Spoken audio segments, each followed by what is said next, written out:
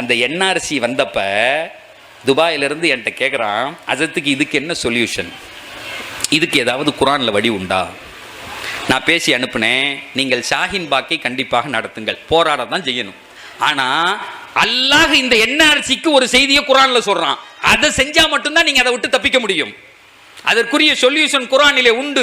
என்ன சொல்யூஷன் தெரியுமா? அல்லாஹ் குர்ஆனிலே ஒரு ஆயத்திலே சொல்லுகிறான், இதா கரஅத்தல் குர்ஆன ஜஅல்னா பைனக வ பைனல் லதீன லா யுமினூன் பில் ஆகிரத்தி ஹிஜாபம் மஸ்தூரா. அல்லாஹ் சொல்லுகிறான், எவர் ஒருவர் தொடர்படியாக குர்ஆனை ஓதுகிறாரோ, தொடர்ந்து தொட்டு தடவி ஓதுகிறாரோ, அவருக்கும் மறுமையை நம்பாதவருக்கும் இடையில் ஒரு ரகசிய திரையை நாம் ஏற்படுத்துகிறோம். அவன் உங்களை பார்க்காதது மட்டுமல்ல, உங்களை குறித்து அவர்கள் சிந்திக்க கூட மாட்டார்கள்.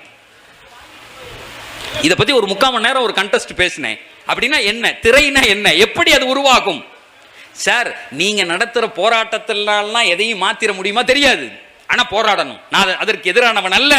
ஆனால் வேதம் சொல்லுகிறது, நீயும் உன் மனைவியும் உன் குழந்தைகளும் நீங்கள் குர்ஆனை எடுத்து ஓதுங்கள். இதா கரஅத்தல் குர்ஆன ஜஅல்னா பைனக வ பைனல் லதீன லா யுமினூன். எவர்கள் மறுமையை நம்பவில்லையோ அவர்களுக்கும் உங்களுக்கும் இடையில் ஒரு திரையை ஏற்படுத்துவோம். அவன் உன்னை பார்க்க கூட மாட்டான்யா. அவனுடைய சிந்தனை தொடுதல் இல்லாத ஒரு வாழ்க்கை வேண்டுமா? இங்க இருந்துகிட்டு போராடிக்கிட்டு இருக்க வாழ்க்கை வேண்டுமா?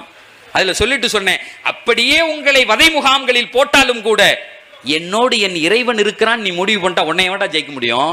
குர்ஆன் இருக்கிறதே ஒரு இந்த சமுதாயத்திற்கு கிடைத்த ஒரு பேரொளி.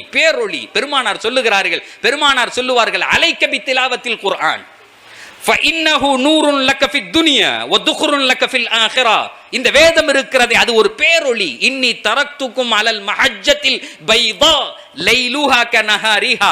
உங்களை முட்டுச்சந்திலும் அவன் இவன் உங்களுக்கு ஐடியா கொடுக்கிறது பதிலா நான் விட்டுட்டு போல. பெருமானார் சொல்லுகிறார்கள், யார்கிட்டையாவது போய் கெஞ்சி கூத்தாடி எங்க சமுதாயம் இப்படி இருக்கிறதே, நான் இப்படி இருக்கிறேனே, என் குடும்பம் இப்படி இருக்கிறதே, யாராவது நாங்க ஐடியா சொல்றோம் வாங்க, அப்படியெல்லாம் எம்பெருமானார் எங்கள் உயிருக்குயிரான நபி எங்களை விடல. வேற எப்படி விட்டுருக்காங்க?